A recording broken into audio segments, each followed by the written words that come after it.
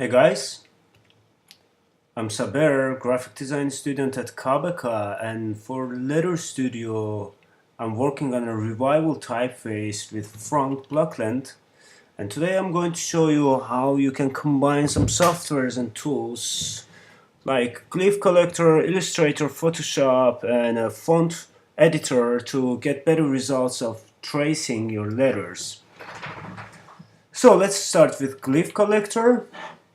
Glyph Collector is a small application for Mac OS X, and it's made by Gabor Karakas for typeface revival projects. You can download it for free, and you can check out this website for more information. You can also watch a tutorial video on YouTube to get to know it better. But in summary, I'm going to show you how it works. The only thing you need to do is to download it, and then you need to make 3 folders: templates, source, and output folder. In source folder, you have the source image, which is a page of a book or whatever, and then in templates, the screenshots of the letters from that page, and in output, Glyph Collector collects all the similar characters. For instance, we have here 32A, 18B. What else it does is to take an average image of the glyph. So this is the average A from 32 A's. So we're gonna work on one of these letters, copy and paste to a new folder, open it in Photoshop,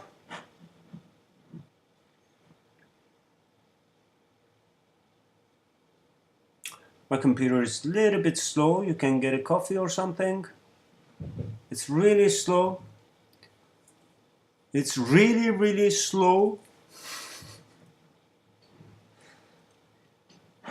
Okay, now we have this image. But as you see, the resolution is not really good. If I fit it on the screen, you can see the pixels clearly, so that's not a problem. First thing we need to do is to go to Image menu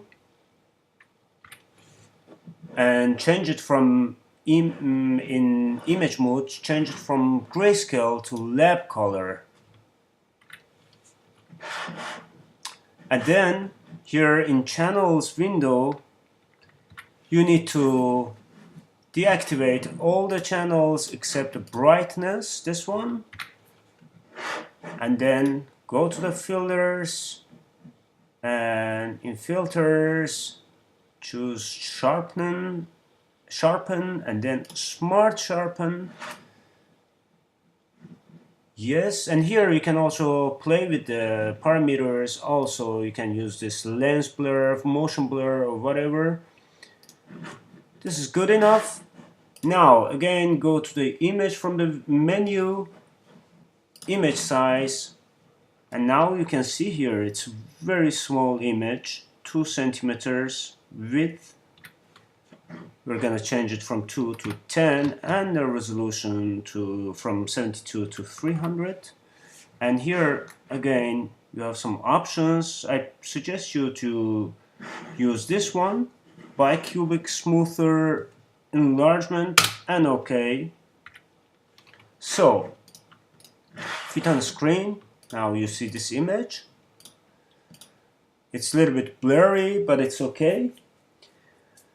And again, activate the channels and change it again from lab color mode to grayscale, RGB, or CMYK, and save it.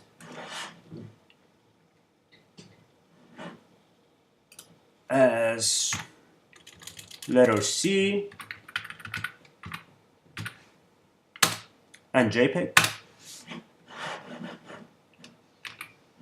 Okay, now we have this JPEG file. We're gonna open it on Illustrator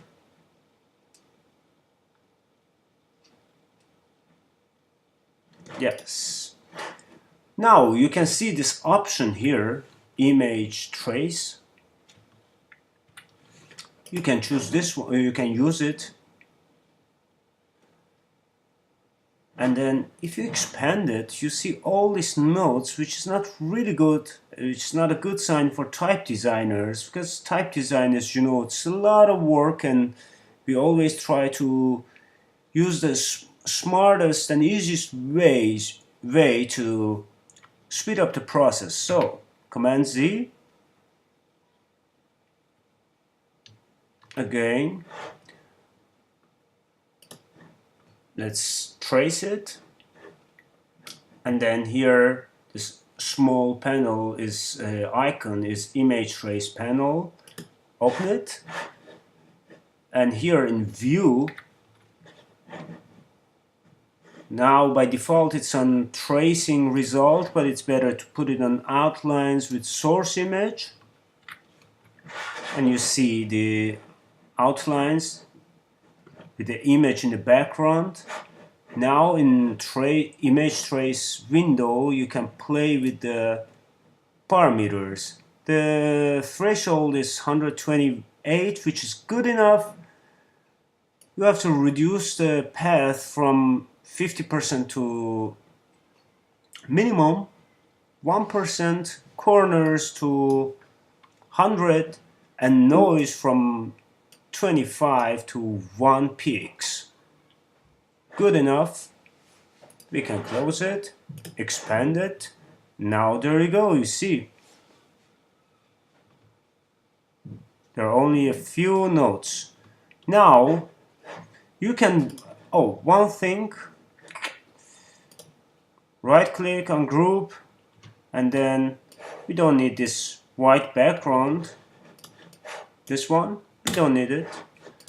Here, now you can work in Illustrator, push button A, you can work here, but I prefer and I suggest you to copy the file from here to a font editor for two reasons. First, it's easier, much easier to work with the handles in font editors.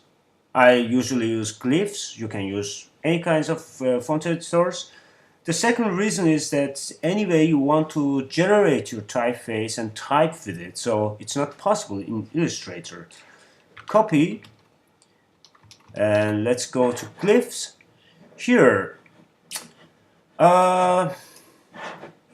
let's make a new one.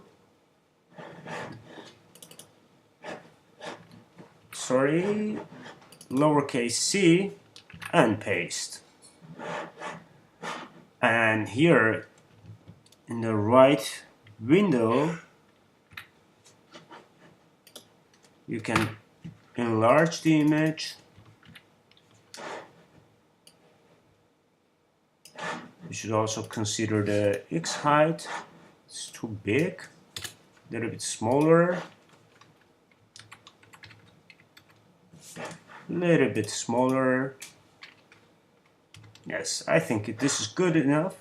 By the way, there are several ways to make your revival. This is one of the ways, and I found it nice. But before that, what I did, I just copied the images to my font editor, like you see here, and then I made my own curves and the characters. But the problem is, because of many reasons such as bad print, low resolution, export and import problems, the outcome is usually much lighter than the original typeface. You see, this weight didn't exist in that time, so in 17th century in my case. So it's better to have your trace version here. You can work on it, or you can use it as a source image and still make your own curves. And just to make it a little bit more comparable to the original, I'm going to copy this image. I don't, yes, it's here. Let's enlarge it quickly.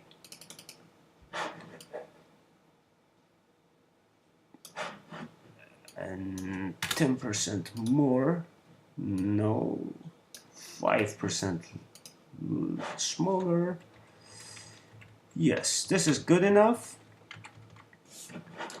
Maybe a bit smaller. Yes, this is good enough. And you see, comparing to the previous one, this is the contrast is much better here, and also the shapes. Now you can work here. You can delete the extra nodes. You don't need them. You can add some nodes. Let's say here.